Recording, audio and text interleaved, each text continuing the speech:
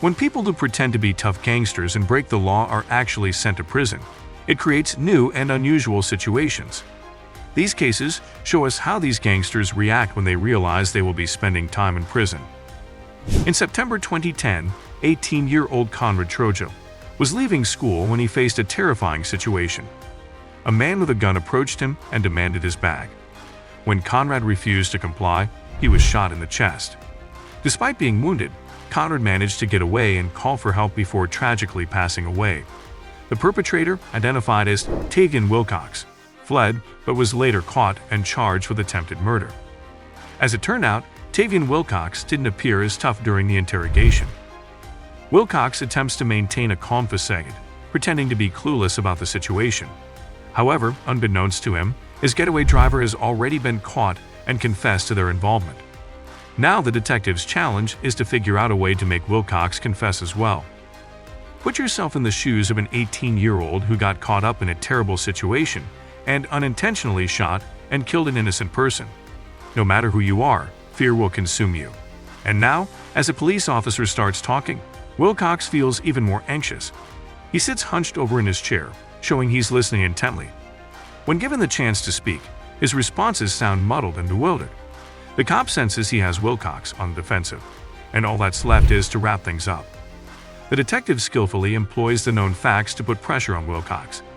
Even though Wilcox is overwhelmed by the situation, the detective's choice of words makes him feel like he's being depicted as a heartless and ruthless individual. Wilcox's reactions clearly indicate that this technique is taking a toll on him.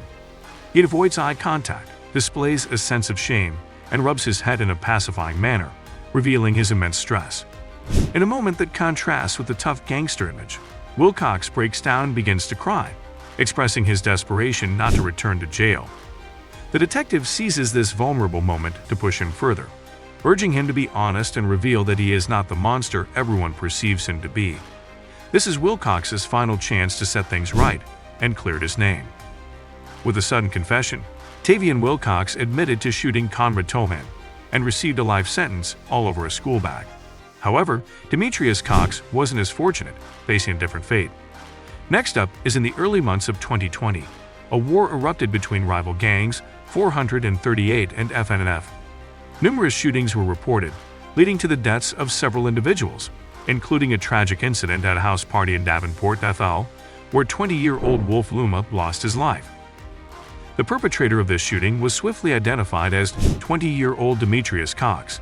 2 weeks later, Cox was arrested under suspicion of murder, and the interrogation that followed led to an astonishing and unforgettable moment in interrogation history. But at the beginning of the interrogation, Cox remains respectful, but as the conversation progresses, he frustrates the detective by refusing to divulge information that could implicate other members of his gang. Such loyalty is quite common in cases like these, but it can ultimately backfire, as demonstrated just a few minutes later. What adds intrigue to this case is that the detective isn't completely certain that Cox is the actual killer. As Cox pointed out earlier, much of the evidence is based on hearsay, making it challenging for the detectives to use it in court. This uncertainty is precisely why Cox is being interrogated in the first place. If they could obtain a confession, it would significantly simplify their task. However, despite their efforts, Cox remains unyielding and refuses to give in. The most intriguing yet tragic twist occurred shortly after the interrogation took place. On the same day, Cox was released on bail, but tragically, only 11 hours later, he was shot and killed by another member of his gang. This turn of events suggests that if he had confessed during the interrogation, he might have saved his own life, even if it meant spending it in prison. Despite maintaining his composure during the interrogation and upholding his gangster image, Cox's fate took a devastating turn afterward. And if you watch more videos like this, don't forget to hit the subscribe button and give me a thumbs up for this video.